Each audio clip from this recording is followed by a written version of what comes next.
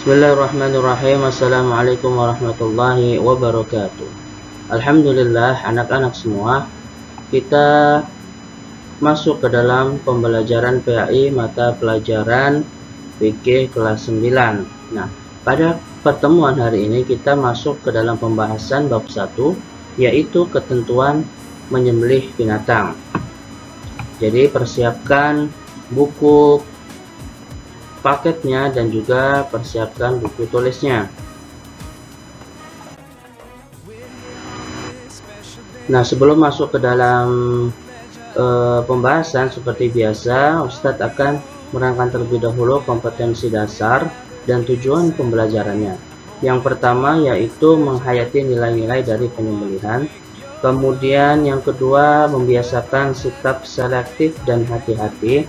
Kemudian yang ketiga, memahami ketentuan menyembelih. Yang keempat yaitu mendemonstrasikan tata cara menyembelih. Jadi nanti anak-anak diharapkan memiliki kemampuan dasar dalam bab ini, ya, setidaknya 4 ini.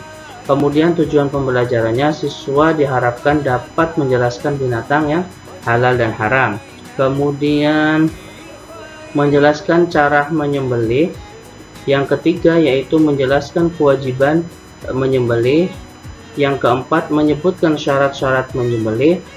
Sedangkan yang kelima menyebutkan amalan-amalan menyembelih, dan lain-lain bisa dilihat di dalam buku paketnya, ya. Nah, kita masuk terlebih dahulu ke peta konsep sebelum membahas materi pada bab ini. Yang akan kita pelajari di dalam bab menyembelih binatang, yang pertama yaitu binatang yang halal dan binatang yang haram.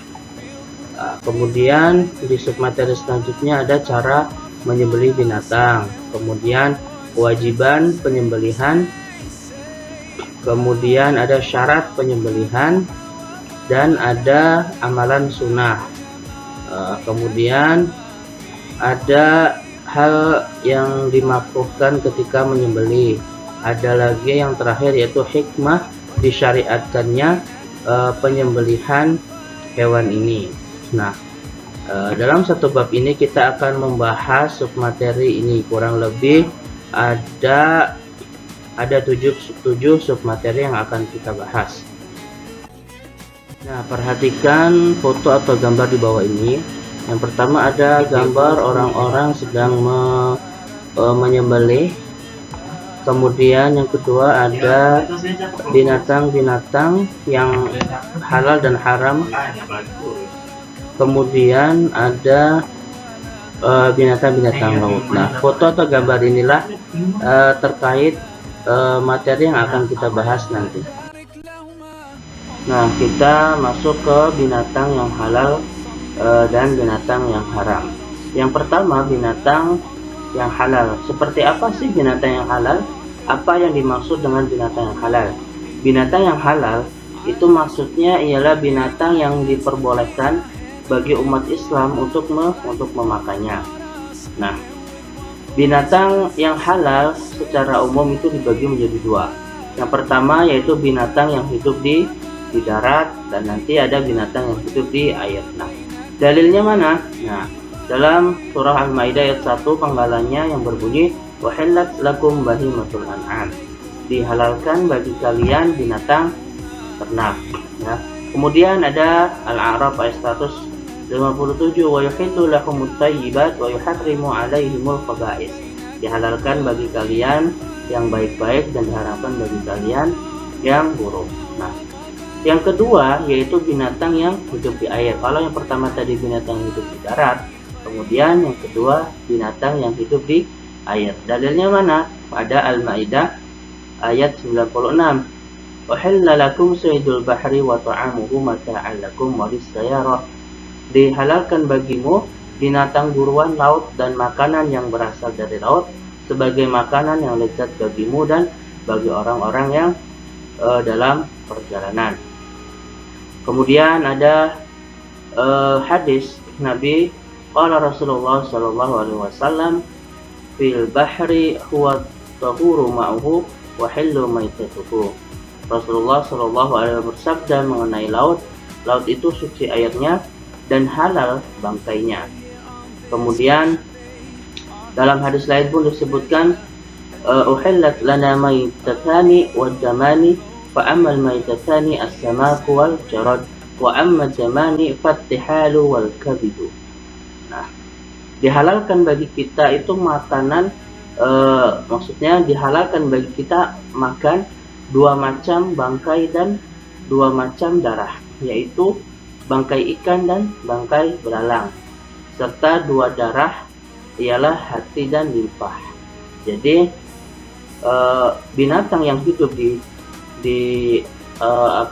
yang hidup di air itu halal, bahkan bangkainya halal selama tidak beracun dan tidak mengandung mudarat. Seperti bangkai yang sudah membusuk, nah itu kan mengandung mudarat. Nah, kita masuk ke dalam macam-macam binatang yang haram. Nah, apa sih binatang yang haram itu? Binatang yang haram adalah binatang yang tidak diperbolehkan untuk mengonsumsinya karena ada nas atau dalil yang mengharamkannya, gitu ya. Nah, kita masuk ke dalam macam-macam jenisnya. Yang pertama ada bangkai, darah, daging babi, binatang yang disembelih dengan nama selain Allah. Nah, ini termasuk ke dalam macam-macam binatang yang diharamkan, walaupun binatang itu pada dasarnya halal, namun disembelih dengan menggunakan selain nama Allah. Contohnya seperti sapi, kita menyembelih niatnya untuk diberikan sebagai tumbal atau disembelih dengan menyebut nama selain Allah. Nah, itu hukumnya haram, walaupun pada dasarnya binatang tersebut halal. Atau begini, binatang itu halal, namun contohnya seperti kambing, kemudian kakinya patah terlepas dari tubuhnya. Nah, kaki yang patah itu yang terpisah dari tubuhnya itu masuk ke dalam bangkai. Nah ya, jadi tidak boleh dikonsumsi atau diharamkan. Nah, yang kedua yaitu ada semua binatang yang hidup di dua alam. Contohnya ada buaya, ada katak, nah dan lain sebagainya.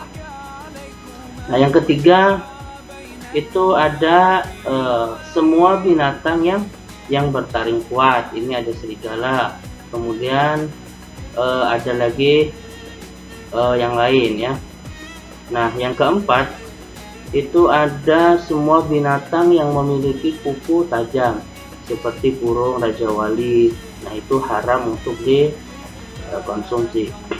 Kemudian binatang yang diperintahkan untuk dibunuh, contohnya seperti ular, kalajengking, ada tikus dan lain sebagainya. Nanti kita bahas lebih mendalam lagi. Nah, kemudian ada binatang yang dilarang untuk dibunuh, contohnya seperti semut. Nah, inilah macam-macam binatang yang haram untuk dibunuh. Nah, anak-anakku semuanya, mungkin pembelajaran PAI fikih pada pertemuan kali ini cukup sampai pada binatang yang diharamkan untuk dimakan.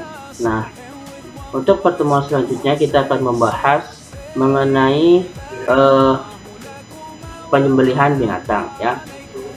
Mungkin cukup sekian pelajaran fikih. Yang belum absen mohon untuk absen di kolom komentar.